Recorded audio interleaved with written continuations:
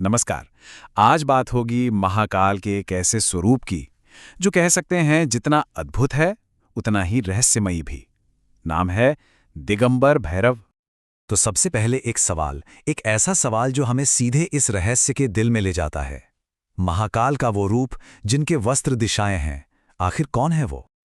और देखिए, इस सवाल का जवाब ना इसी दिगंबर शब्द में ही छिपा है। दिगंबर मतलब दिशाएं ही हैं जिनका अंबर यानी वस्त्र।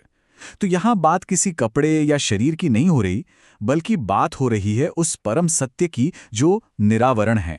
मतलब जिस पर कोई पर्दा नहीं, कोई दिखावा नहीं, एकदम शुद्ध। तो सवाल उठता है कि ये स्वरूप आखिर सामने आया कैसे? इसकी एक कहानी है। चलिए उस कहानी के पहले हिस्से में चलते हैं, संकट का समय। जरा सोचिए, बहुत पुराने समय की बात है। कैलाश पर्वत के पास एक बहुत ही घना, डरावना सा जंगल, जहां पिन ड्रॉप साइलेंस था। लेकिन ये जो शांति थी ना, ये ज्यादा देर टिकने वाली नहीं थी। हुआ ये कि उसी जंगल में कुछ अत्याचारी दानवों ने आतंक मचाना शुरू कर दिया। वो साधुओं के यज्ञों को नष्ट कर देते थे, और उनके इस काम से, इस अधर्म से हर तरफ बस कैओस फैल गया। और वो दानव इतने ज्यादा शक्तिशाली हो गए थे कि देवता भी उनके सामने कुछ नहीं कर पा रहे थे। मतलब पूरी तरह बेबस। ऐसा लग रहा था कि अब इन्हें कोई नहीं रोक सकता। जब सारे रास्ते बंद हो गए, तब हारे हुए देवता पहुंचे महादेव की शरण में। उनकी प्रार्थना में बस एक ही आस थी, प्रभु, इन दानवों का अंत अब सिर्फ आप ही कर सकते हैं। और इस पुकार का जो जवाब मिला वो सच में अद्भुत था। यहीं से शुरू होता है कहानी का दूसरा हिस्सा, महाकाल का प्रचंड स्वरूप।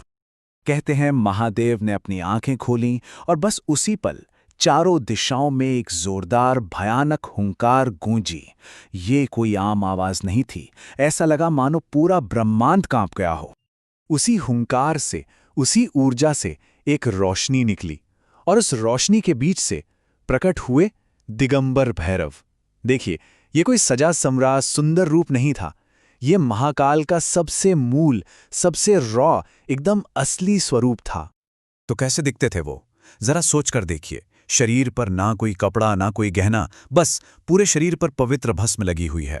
एक हाथ में त्रिशूल जो धर्म की रक्षा का संकल्प है, और उनके शरीर से एक ऐसी रोशनी, एक ऐसा तेज निकल रहा था जो किसी भी अंधकार को चीर कर रख दे।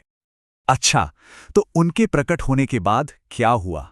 अब आता है कहानी का तीसरा हिस्सा, धर्म की रक्षा का वचन। कहते हैं उनके सिर्फ कदम रखने भर से धरती हिल गई, और फिर पलक झपकते ही दिगंबर भैरव ने उन सभी दानवों का नाश कर दिया। वो पूरा जंगल उनके तेज से भर गया। जहां अंधेरा था, अधर्म था, वहां अब धर्म का राज था। इस जीत के बाद साधुओं ने उनकी पूजा की, और तब दिगंबर भैरव ने एक वचन दिया, एक ऐसा वचन जो आज भी गूंजता है। उन्होंने कहा, जहां जहां धर्म पर संकट आएगा, मैं इसी दिगंबर रूप में प्रकट होऊंगा। और इसी वचन ने उन्हें सिर्फ एक बार के लिए बचाने वाला नहीं, बल्कि हमेशा के लिए धर्म का रक्षक बना दिया। लेकिन रुकिए, इस स्वरूप का मतलब सिर्फ दानवों को मारना नहीं है। इसका एक बहुत गहरा, एक स्पिरिचुअल मीनिंग भी है। तो चलिए अब चौथे हिस्से में इसके गहरे अर्थ को समझते हैं। तो उनके इस रूप के जो प्रतीक हैं, उनका मतलब क्या है? सबसे पहले, दिशाएं ही जिनका वस्त्र हैं, इसका मतलब है हर सीमा से परे हो जाना, एब्सोल्यूट ट्रूथ, पूर्ण सत्य का रूप। फिर शरीर पर भस्म, ये सिंबल है मौत पर और दुनिया के भ्रम, जिसे हम माया कहते हैं, उस पर जीत का। और हाथ में त्रिशूल, वो तो धर्म की रक्षा का पक्का इरादा है, एक अटूट संकल्प। तो फिर एक भक्त के लिए, एक साधक के लिए इस स्वरूप को याद करने से क्या मिलता है, क्या फायदा है? पांचवां हिस्सा इसी पर है, भक्तों के लिए फल। माना जाता है कि जो भी सच्चे मन से दिगंबर भैरव को याद करता है, उसकी स्पिरिचुअल जर्नी में 4 बड़े बदलाव आते हैं। पहला, मन से अनजाना डर खत्म हो जाता है। दूसरा, बाहरी दुश्मनों से सुरक्षा मिलती है। तीसरा, मन शांत होता है, स्थिर होता है, उसमें एक तरह का वैराग्य आता है। और आखिर में साधना में सफलता का रास्ता अपने आप खुल जाता है। तो इन सब बातों का सार क्या है? दिगंबर भैरव असल में हैं कौन? चलिए इसे समझते हैं अपने आखिरी हिस्से में, दिगंबर भैरव एक परिचय। अगर एक लाइन में कहें तो दिगंबर भैरव 3 चीजों का प्रतीक हैं, वैराग्य यानी डिटैचमेंट, तप यानी ऑस्टेरिटी, और अपराजेय शक्ति यानी इनविंसिबल पावर। मतलब ये वो स्वरूप हैं जो हर तरह के दिखावे और भ्रम को हटाकर बस परम सत्य को सामने लाता है।